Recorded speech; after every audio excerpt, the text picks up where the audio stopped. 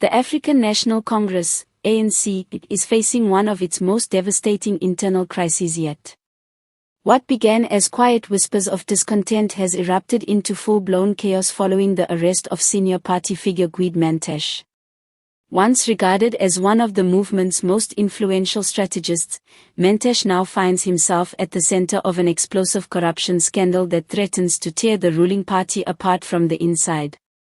The political storm intensified when former ally-turned-whistleblower, Bheki Mkhwanazi, publicly accused Mantashe of orchestrating years of secret financial deals, kickbacks, and cover-ups involving state-owned enterprises and foreign investors. Mkhwanazi's testimony, delivered with precision and confidence, painted a disturbing picture of how deep the rot had spread within the ANC's top structures. According to Mkhwanazi, Mantashe allegedly manipulated contracts through the Department of Mineral Resources and Energy, channeling millions into shell companies tied to his associates. These revelations, backed by documents and leaked communication records, are said to expose a network of influence stretching across provinces, implicating several high-ranking officials. What we are seeing now is the real face of power in South Africa, Mkhwanazi declared during a live interview that sent shockwaves across the country. The ANC has lost its moral compass. Those who claim to fight for the people are the same ones looting from them.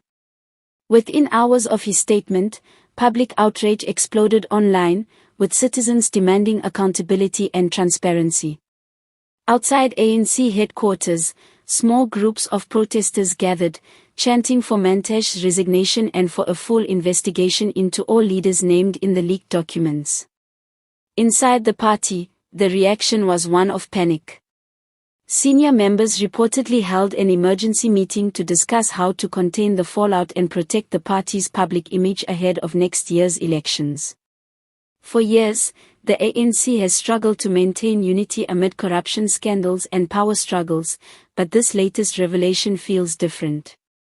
Analysts describe it as a tipping point, warning that the party's long-standing dominance could finally be collapsing under the weight of its own internal decay. Mkhwanazi's statements have not just exposed Mantashe, they have exposed a system, said one political analyst. The ANC's problem is not one man, it's the culture of impunity that has been allowed to fester for decades. Reports indicate that law enforcement agencies have already begun tracing the money trail allegedly linked to Mantashe's dealings, including offshore accounts and suspicious procurement contracts. The Hawks confirm that several other party figures may soon face questioning as investigations deepen. Meanwhile, Mkhwanazi has reportedly gone into protective custody after receiving threats following his revelations. Sources close to him claim he possesses more evidence that could implicate other senior ANC members, potentially sending shockwaves through parliament if released. Opposition parties have wasted no time in seizing the moment. The EFF and DA have both called for Mantashe's immediate suspension and a parliamentary inquiry into the alleged corruption ring. This is not just an ANC crisis, said an EFF spokesperson. It's a national crisis. South Africans deserve leaders who serve, not steal. President Cyril Ramaphosa now faces mounting pressure to act decisively, with critics accusing him of staying silent while his party burns. His leadership, already weakened by factional battles, could be tested like never before as calls for a cabinet reshuffle grow louder. For ordinary South Africans, the scandal feels like a painful reminder of promises unfulfilled.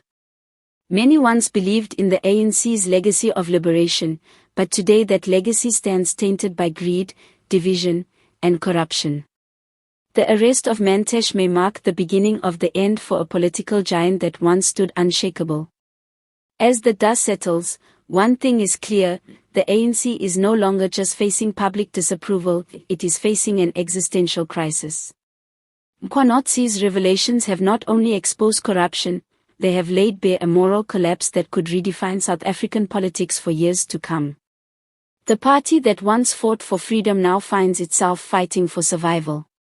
The collapse has begun, and this time, there may be no turning back.